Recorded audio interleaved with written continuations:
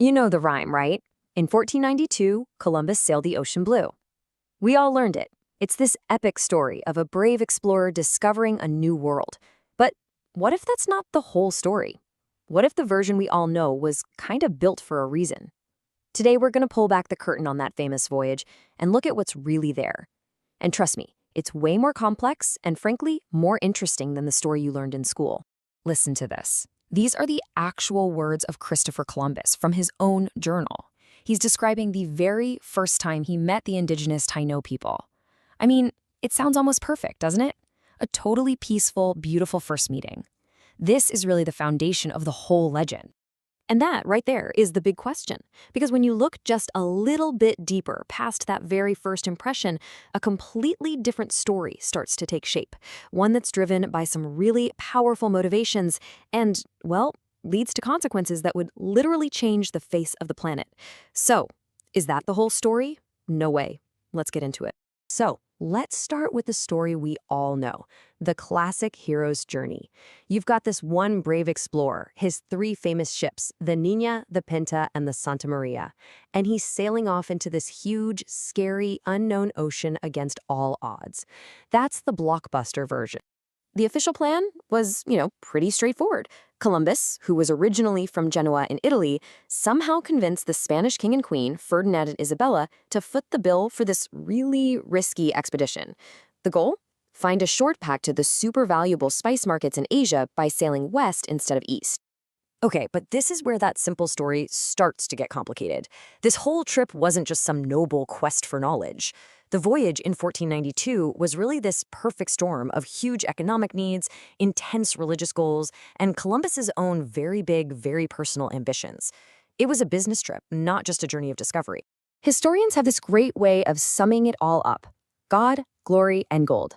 And it's so true. First, God. Spain had just finished reconquering its territory from Muslim rule, so spreading Christianity was a huge priority. Then there's glory, the fame, the adventure, making the Spanish Empire bigger and more powerful. And then, of course, there was gold, the promise of finding tons of it, and maybe even more importantly, a new trade route to get rich. And you have to understand, this wasn't just a nice to have, it was urgent.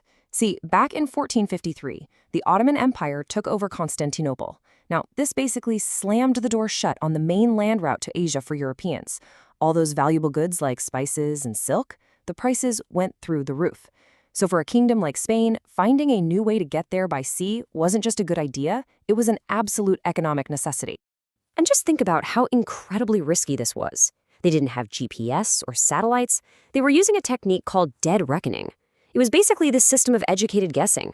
They'd throw a log tied to a rope off the back of the ship and use a sand glass to time how fast the knots on the rope went out. That's how they estimated their speed. It was clever, for sure, but they were sailing completely into the unknown with a massive amount of uncertainty. So what was Columbus getting out of all this? A lot. Just look at his contract with the Spanish crown. This thing shows he was a really smart negotiator. He demanded a fancy title, Admiral of the Ocean Sea. He wanted to be the governor of any new lands he found. And get this, he wanted a 10% cut of all the money made from those lands forever. This wasn't just for the thrill of discovery. It was a business deal, and he was aiming for a massive payday. So with all that money and power on the line, everything depended on what he would find. And this all leads up to that one incredible moment on October 12th, 1492, when a lookout finally shouted, "Land." But this wasn't an empty continent they'd stumbled upon. It was a collision with a world that was already home to millions of people. This was the moment of first contact. And here, in another one of his letters, you can really see his mindset. He sees the Taino people's generosity and thinks it's because they're naive. He actually writes that they traded gold for broken pieces of glass like idiots.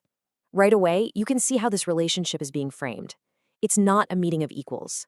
In his mind, it's a meeting between the clever and the simple were there to be taken advantage of. But here's the thing. Columbus was just wrong. Completely wrong. The people he met were part of a huge, thriving, and complex civilization. They were millions of Taino people across the Caribbean. They had organized political systems. They were expert farmers growing crops like yucca and maize. And they were incredible sailors. They were anything but simple. And this really shows you the massive disconnect. If you look at old European paintings, they often show the indigenous people as these primitive, passive figures in the background. But then you look at the artifacts they actually made. I mean, look at that intricate pottery, the specialized tools. This is the work of a sophisticated culture that had been around for a very, very long time. This collision of two worlds turned into a catastrophe, and it happened fast. What followed was what we now call the Columbian Exchange. But along with new foods and animals came a wave of disease, violence, and slavery that would have absolutely devastating consequences for the people of the Americas. Just look at this number, 90%. The indigenous people had zero immunity to diseases from Europe, like smallpox or the measles. So when the first smallpox epidemic hit the island of Hispaniola, it's estimated that it wiped out 90% of the people who were left. It's a biological disaster that's almost impossible to wrap your head around. And on top of the diseases, the Spanish set up these brutal systems of forced labor. The encomienda system, well, it was basically slavery with a different name. The Spanish claimed they were protecting the Taino and teaching them Christianity, but in reality, they forced them to work in gold mines and on plantations until they dropped. It was horrific. So this is the really big picture. It was a two-way street that changed everything, forever. The Americans gave the world things like potatoes, corn, and tomatoes, which totally changed how Europe ate and helped their populations grow. And in return, Europe brought over wheat, animals like horses and cows, and of course, its deadly diseases. The whole world was rewired. But the story of Columbus isn't just about what happened 500 years ago. It's also about how that story has been told and retold over the centuries. For a long time, writers and historians basically turned Columbus into a kind of founding father, this perfect hero. But that's just one version of the story. And now, that narrative is being challenged as new voices and new evidence come to light. And here's a fun historical fact. Ever wonder why it's North and South America and not, say, North and South Colombia? Well, it's because another Italian explorer, Amerigo Vespucci, was basically better at public relations. He wrote these really popular letters about a new world, and a German mapmaker read them and decided to name the new continents America on his map. Sometimes, history's written by the best marketer. And this is so important. For centuries, the official story was that the Taino people were completely wiped out, extinct. But that's not true. This timeline tells a different story, a story of survival. We see that through intermarriage and just pure cultural resilience, the identity survived. And the recent movements to reclaim Taino heritage, they're not making something up. They're shining a light on something that never truly went away. This quote just brings it all home so powerfully. For people like Ramona Primitiva, this isn't ancient history. It's their family story. It's a living, breathing identity that's been passed down from parent to child, even when all the official history books said they were gone. Which leaves us with this final thought. The story of Columbus isn't just one story.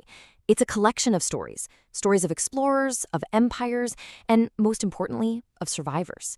So telling a true story of our past really means we have to question the simple myths. We have to look for the voices that were silenced. And we have to understand that history isn't over. It's a conversation that all of us are still a part of.